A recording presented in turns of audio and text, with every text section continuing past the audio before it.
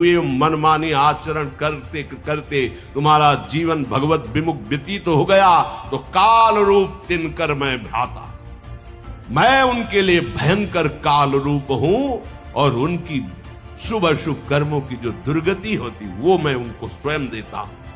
मैं ऐसे नीच पापियों के लिए भयंकर काल रूप हूं, मैं उन्हें दंड देता हूं। ये भगवान के ये बहुत बड़ा दंड मिलेगा। अभी क्षमा होने का अवसर है तो वो कृतज्ञ है, वो मंद बुद्धि, वो आत्महत्यारा है, दुर्गति को प्राप्त होगा।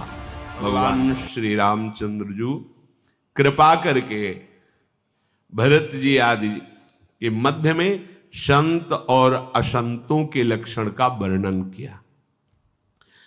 प्रभु कह रहे हैं, नर शरीर धरी जे पर पीरा, करही ते साही महाभव भीरा। करही मोह बस नर अघनाना, स्वार्थ रत परलोक नशाना। भगवान श्री राम जी कह रहे हैं, मनुष्य का शरीर धारण करके जो लोग दूसरे जीवों को दुख पहुंचाते हैं, अब आप देख लीजिए, जो मांस भक्षण आप करते हैं, जो आप ऐसे, ये बहुत बड़ा दंड मिलेगा आपको। अभी क्षमा होने का अवसर है, प्रभु की शरण में हो जाओ तो कह रहे हम तो हम सर्वपापेभ्यो मोक्षयिष्यामि मा शुचा। स्वामी है वो, क्षमा कर सकते हैं, दूसरे की सामर्थ्य नहीं है, क्षमा कर देंगे। भगवान स्वयं कह रहे हैं, मनुष्य का शरीर मैंने तुम्हें दिया और तुम दूसरे जीवों को दुख पहुंचाते हो, तो मृत्यु के महान कष्ट के भोगने के लिए तैयार हो जाओ। ये जो मनुष्य स्वार्थ परायण होकर, रसेंद्री जनेन्द्री परायण होकर के दूसरों को कष्ट पहुंचाते, कैसे राक्षस वृत्ति जागृत हो जाती है। तुम्हारा शरीर तुम्हें प्रिय है, तुम एक इंद्री के संयोग के लिए उसके पूरे जीवन को नष्ट कर देते हो। चाहे जनेन्द्री का संयोग हो या रसेंद्री का। रसेंद्री का तो मार काट के उबाल के खा रहे हो जानवर पशु पक्षियों को, अरे राक्षसी वृत्ति जागृत हो गई। जनेन्द्री के भोग के लिए तुम दूसरे के शरीर को नष्ट कर दे रहे हो, मार दिया, जला दिया, काट दिया। ऐसी दुर्गति होगी नरक में कि नरक के प्राणी भी तुम्हें क्षमा दृष्टि से नहीं देखेंगे। जो नारकी जीव नरक भोग रहे हैं वो भी उससे कहते हैं ना, तुम्हें नरक में जगह नहीं मिलेगी। नरक में जगह मिलने का मतलब ये, वहां के जीव भी तुम्हें घृणित भाव से देखेंगे।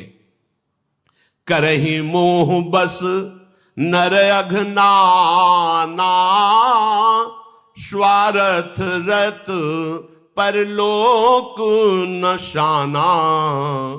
काल रूप तिन कहा मैं भ्राता, शुभ अरु अशुभ कर्म फल दाता।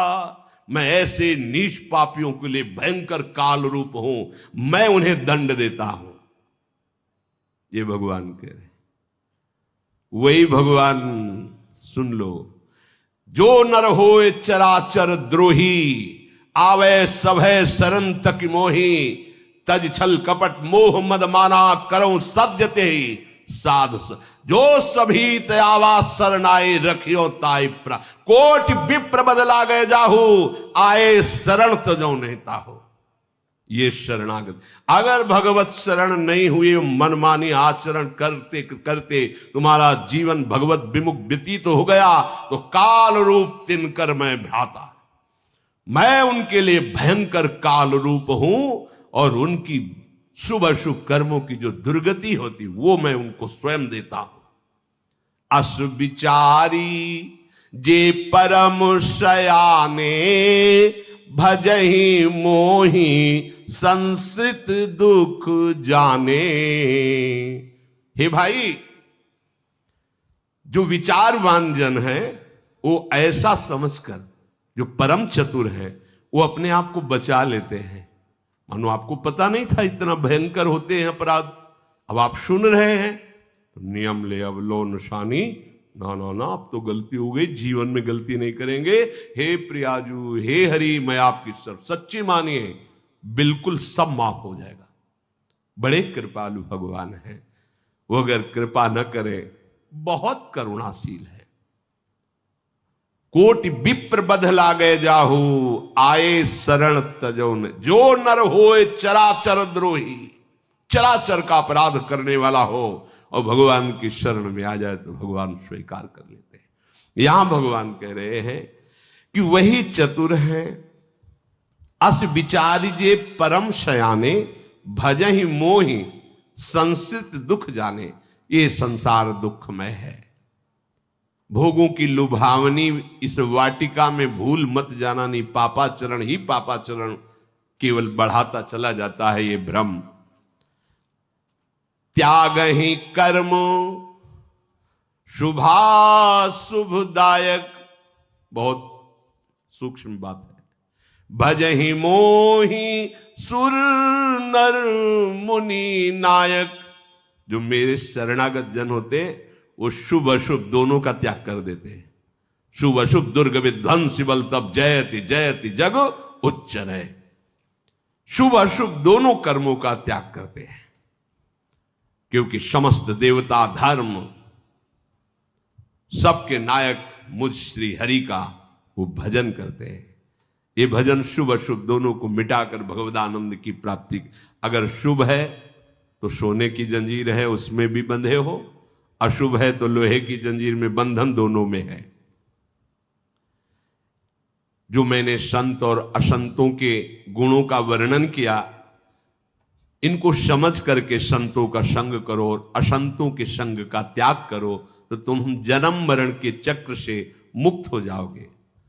सुनहु तात माया कृत, गुण अरु दोष अनेक, गुण याऊ भय न देखी हैं, देखी सो अभिवेक।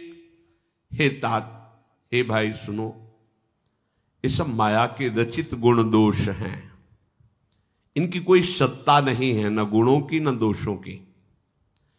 इसलिए सच्चा गुण विवेक यही है कि यहां ना किसी के गुण देखो ना दोष देखो, सब में भगवत भाव करो और निकल चलो इस माया से।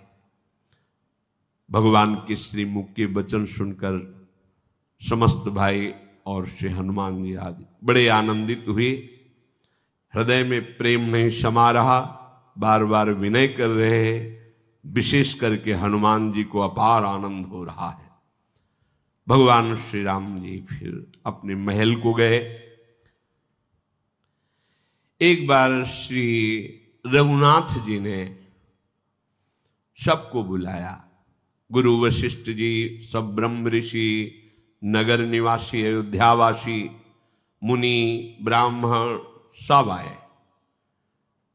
सबको यथा योग्य सम्मान सहित बैठाला गया और भगवान सबसे कह रहे हैं, सुनहु सकल पुरुजन मम बानी, कहूं न कछु ममता उर आनी, नहीं अनीति नहीं कछु प्रभुताई, सुनहु करहु जो तुम्हें ही सुहाई। सोई सेवक प्रीतम मम सोई, मम अनुशासन माने जोई, जो अनीति कछु भाषो भाई, तो मोहि बर जेहू भय बिसराई। भगवान राजाधिराज श्री रामचंद्र जी महाराज सबको सम्मान से बैठाल कर कहा, हे पूज्य जनों, हे नगर निवासियों, मेरी बात सुनो। मैं किसी ममता से प्रेरित होकर बात नहीं कर रहा हूं और कोई अनीति की बात नहीं है।